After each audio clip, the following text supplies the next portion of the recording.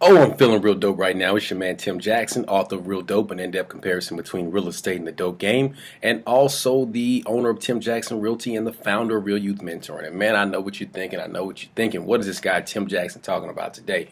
Well, listen, first off, I want to say welcome to my first inaugural, I guess first inaugural means the same thing, webcast. I'm going to be broadcasting this on the web, so you'll be able to find me on YouTube and wherever else you can watch web videos, Facebook, yada, yada, yada, all that stuff. But listen, before you say I do, check their credit. That's what we're going to talk about today. You must check a person's credit before you say I do or get into a committed relationship with them, because you know what? Everyone who looks good, everyone who's got the look and just smells good and makes you feel good about yourself isn't always the best person for you. And one of the things that can help you determine that is their credit score. So listen, we're going to dive into this show. Before we get started, we're going to hear a quick word from our sponsors, and then we're going to talk about why you need to check their credit score before saying I do. Because there are actual statistics and there's actual reports that say that a person's credit report will tell you everything you need to know about them. But let's hear a word from our sponsors. All right, so let's get started on today's topic, and it is very, very simple. Before you say I do, check their credit. And people are like, well, Tim, come on, man, what are you talking about? Before I say I do, check their credit. It's really simple. There are a lot of statistics that are built around knowing what a person's credit score is and knowing how that will impact your relationship. And as I always talk to you guys, credit is credibility. You need to understand that a person's credit is their credibility. Whenever you go to apply for financing somewhere, whenever you try to get a job, whenever your social security number is ran, essentially that number is ran so that people can dictate your credibility. So it does matter. But a lot of people don't associate that with a relationship. And it has a lot to do with the relationship. In fact, many relationships end because of finances. And finances is directly related to a person's credit, i.e. their credibility and how they handle things financially. Because the way you treat your money and the way you treat economic situations has a lot to do with how you'll treat the person that you're engaging in a long-term or short-term relationship. So let's just talk about this really quick. So I'm going to get right into it. How you treat how a person treats their debts has a lot to do with how they're going to treat you. Now, what do I mean by that? If a person doesn't pay their bills on time, if they don't show up where they're supposed to be, if they can't obtain a lot of credit because they have a negative or a poor history with credit, then that says a lot about how they're going to treat you. Because if they can't take care of something small, how are they going to take care of something big? And a lot of people don't think of it that way. And there's a lot of people who get into relationships with individuals and they feel like, man, this person just is not responsible. Why didn't I know this before? Why doesn't he want to work? Why doesn't she like to work? What is it about commitment? How come they won't make me their girlfriend or their boyfriend? And then when you start to peel back those layers of that onion, you start realizing the inconsistencies in their life, particularly as it relates to their credit. And I know y'all like, dang, I never really thought of that, but that's real. There's a lot of people out there. If you just start looking at some of the people that you know who are constantly struggling with life, and what I'm talking about, there's always something going on. It's always something wrong. There's always somebody else's issues. Someone that you possibly dated in the past, they just can't figure out how to get it together. And then you think about it, they got bad credit. So they bring that into the relationship. Another thing is the lack of commitment. If they can't commit to making a payment every single month, how are they going to commit to being with you forever? And that may seem like, all right, come on, Tim, that's over the top. Why are you trying to correlate, a cell phone bill or a credit card bill to this love and affection that I have for someone? Well, because they do correlate. Because those behaviors, as it relates to how they react or respond to certain situations, particularly when they're under pressure or when something happens, what are they putting in front of other things? There's a crazy statistic that I read that talks about African Americans and home ownership. And it was talking about how a banker, who was interviewed, he said that, they didn't too much care for giving African Americans home loans because African Americans statistically, whenever things go bad and their bills go bad, they'll pay their car note before they pay their house note. And that was kind of crazy when I thought about it, but it's really true because, traditionally we place our value in our vehicles. And that's not me beating up on black people. It's just traditionally that's what we do because we're not really people that own homes a lot. Well, if that's the case with this banker and how he feels about African Americans, then you have to ask yourself, does that have something to do with the way that people are responding in relationships to me, or the people that I'm finding that I really feel for and I really love and I really care about? Does their credit really have something to do with why this relationship isn't working? And you have to ask yourself that question. You have to start coming to the conclusion that that may be it. Let's talk about never on time. If a person doesn't pay their bills on time, do you honestly think they're going to honor you? Do you think they're going to be on time when it comes to you? And I know y'all thinking, oh, he loves me or she loves me. She would never do me that way. All right, to my people watching me, y'all see the face I'm making. To my people listening to me, I'm making that push lips face like, really? Okay. Because we get so involved emotionally when it comes to a relationship. Let's call it what it is. You know, you fall in love with someone. They have your heart. They're your soulmate. All of that is tied to emotions. None of that is tied to logic.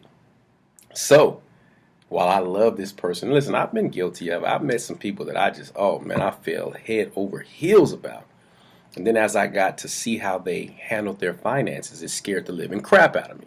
Because my thing is, if you can't take care of that, then whenever my businesses begin to increase, or whenever I put myself in a position to be able to make a little bit more money and you're going to be the benefactor of that, how will you treat my money? How will you treat our credit? Because when you intertwine, their debt becomes your debt. Oh, trust me. And I know y'all going to say, oh, well, if they had debt before me, well, they ain't got nothing to do with me. That certainly isn't true, particularly if you get married.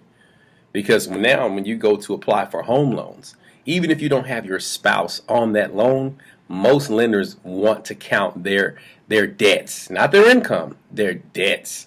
Because if you can afford this house with your debts and their debts, then you're good. And so many people get disqualified because of their spouse's debts. Keep that in mind, okay? But understand, credit is credibility. You have to be aware of a person's credit and the way they handle certain situations, particularly as it relates to money. And ask yourself, is this something that I want to get into for the rest of my life? Because you know what? The divorce rate ain't 50% for nothing. All right, so let's get into our second point. And I just ended by saying the divorce rate ain't 50% for nothing. Well, listen, this is for those people who have to know stats and who have to know numbers. And I actually looked this up. I read an article a while back talking about how your credit is your credibility. So I'm going to look at this really quick, guys. For those who are watching me, I'm going to be reading this. I'm looking down, so forgive me for that. Those who are listening, just keep driving and working out. Now, this is from a USA Today article that was published in October 21st of 2015 by someone by the name of Jiayu Huang. I apologize if I mispronounced that, but I do want to cite my source. And it says, will your relationship last? Credit scores may hold the answer. So it goes into it. I'm not going to read the entire article. You can Google it. But it says credit scores can be a measure of a couple's long-term compatibility. Couples with close credit scores are more likely to have a rosy future. The research shows huge differences in credit scores, however, suggest different spending habits and an increasing chance of separation. You hear that? Different spending habits or an increasing chance of separation, meaning that one person may be spending overzealously while the other person is conservative. And if you're in a relationship with somebody who likes to blow a lot of money and you're the person that's a penny pincher, you know that ain't going to work. You and I both know that's not going to work.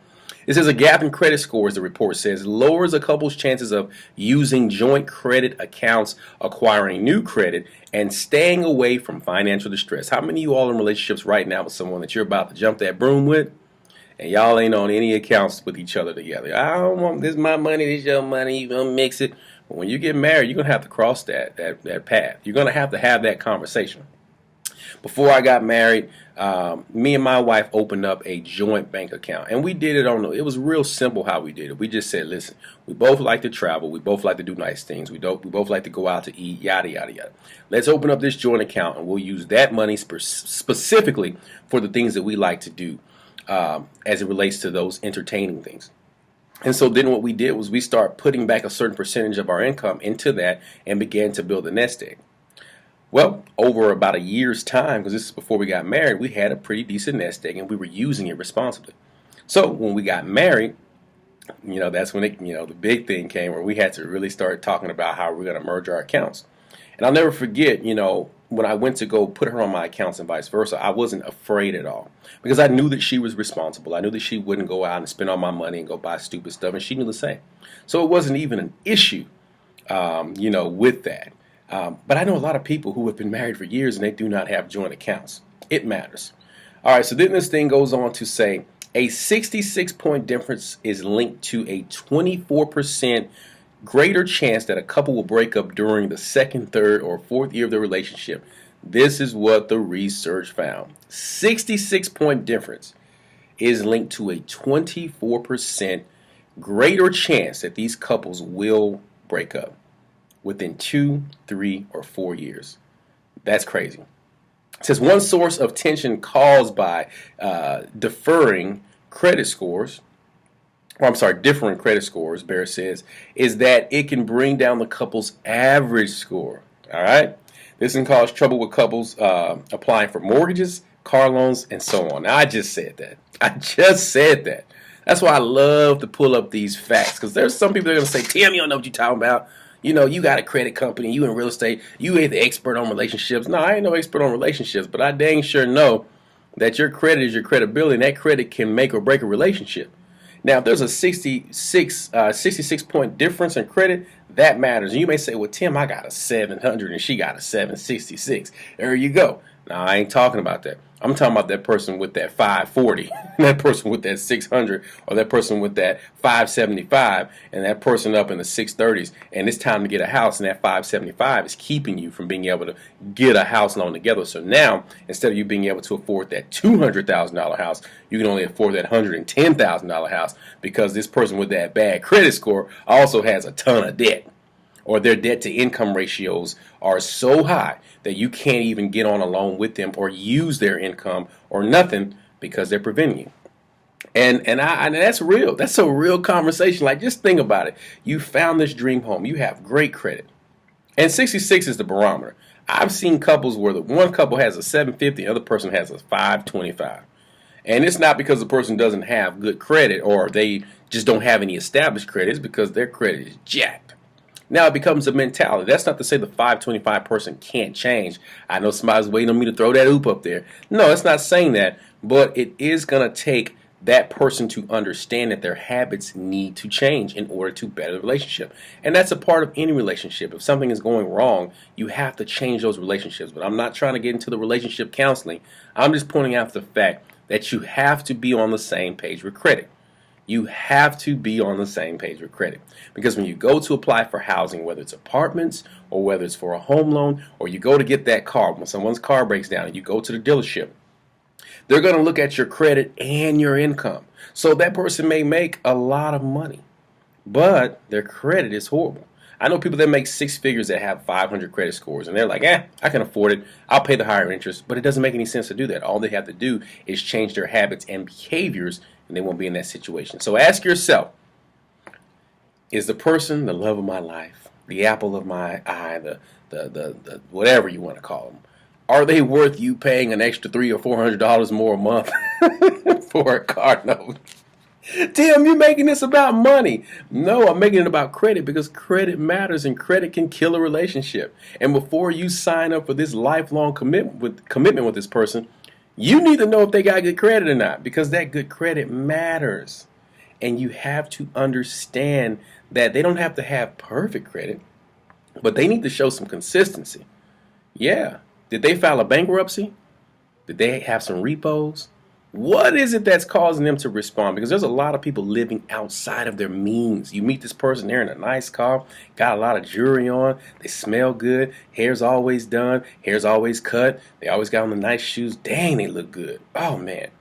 And then you start peeling back those layers and you realize, well, they've got 5 maxed out credit cards where they're only paying the minimum balance. Their credit is a 520. They've been late a bunch of times. If they lose their job right now, they're going to probably have to file bankruptcy. Is it worth it? Is it worth it? This is a conversation that you need to have with your mate before you tie that knot. Trust your boy on this, okay? I've had to have the conversation. Me and my wife joke about it all the time. When I first met her, her credit wasn't the best.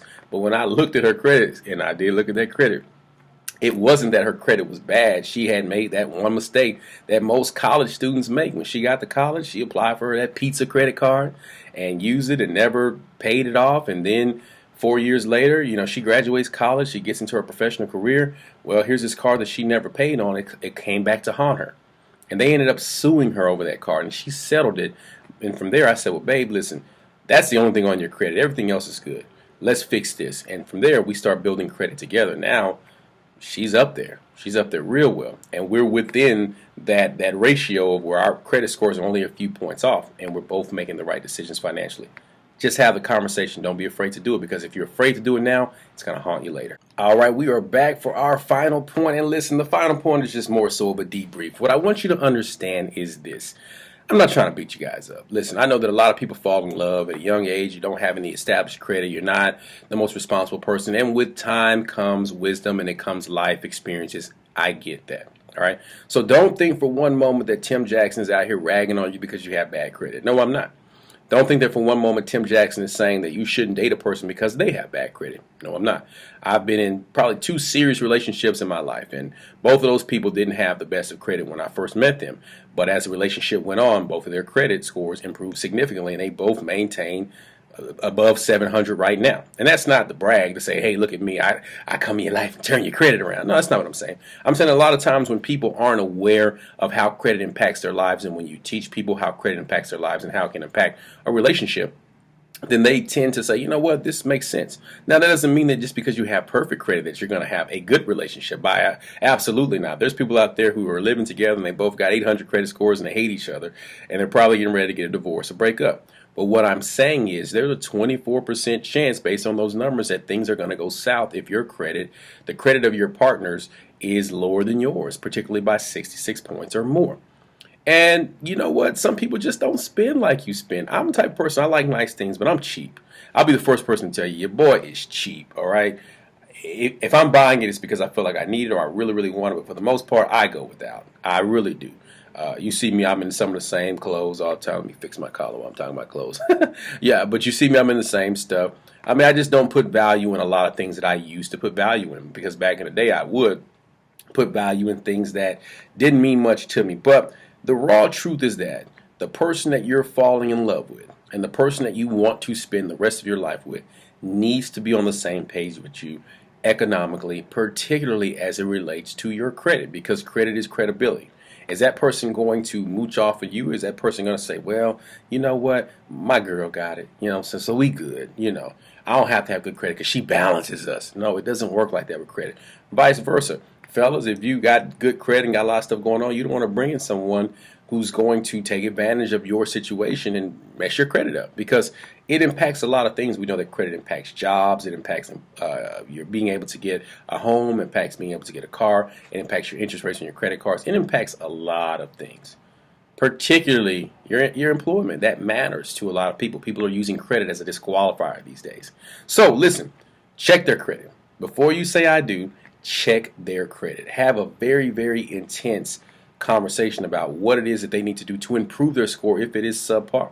If they have good credit, kudos to them and kudos to you, and I wish y'all nothing but the best in life. But know going into it, if you're having to carry them credit-wise now, more than likely you're going to have to carry them credit-wise throughout the relationship. And that can create some financial strains that will potentially cause you all to end that relationship because you just don't trust them financially. Listen, that's all I got for you today. Please do me a favor. Follow me at Real Dope Tim on all social media outlets. Share this video, share with your friends. This is my first, video that I'm doing with my podcast. The podcast has grown significantly, and I'm so thankful for the people that listen and share. But as always, keep it real dope, and until next time, I'll see you.